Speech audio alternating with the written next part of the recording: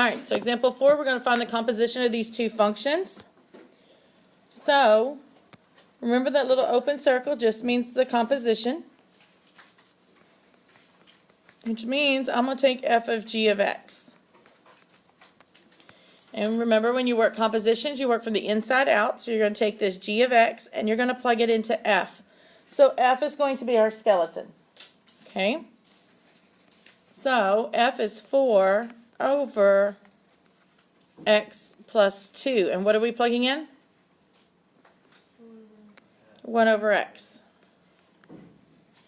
Now what's wrong with that? Yeah, it's a fraction, and we know how to get rid of the fractions within fractions, right? I want to get rid of that little x right there. So how am I going to do that?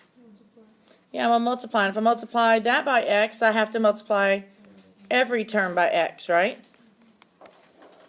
So on top here, we have 4x over, on bottom, these x's will cancel.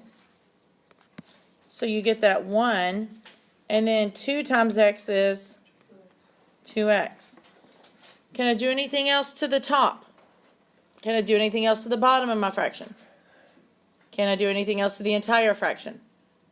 Nothing cancels, none of that. Alright, so there's my composition. Now, the next slide, I'm not going to change it so I can see mine. The next slide there says to find the domain. So because this is a composition, remember you have to find the domain of the input and the domain of the output. Well, my input was at g of x, right? So what's the issue with g of x? Well, it was 1 over x. Is there a restriction on the domain, or is it negative infinity to infinity? There's a restriction. Why?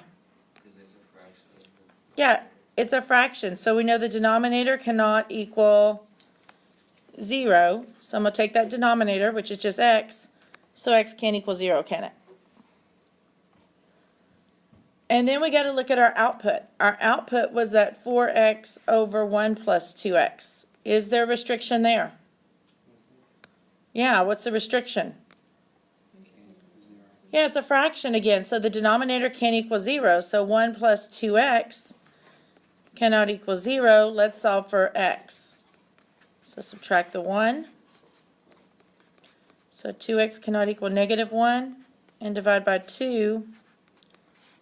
So x cannot equal negative 1/2. And so I'm going to use a number line to help me. There's my infinities. There's my 0, and since it can't equal it, I'm going to put an open circle. There's my negative 1/2. It can't equal it, so I'm going to put an open circle. But remember, it can equal everything but those then, right? So it can equal all of this, and all of this. So we find our domain is, and there's my intervals, so negative infinity to negative 1/2, not included. Negative 1/2 to 0, neither one included. And then 0 to infinity with the 0 not included.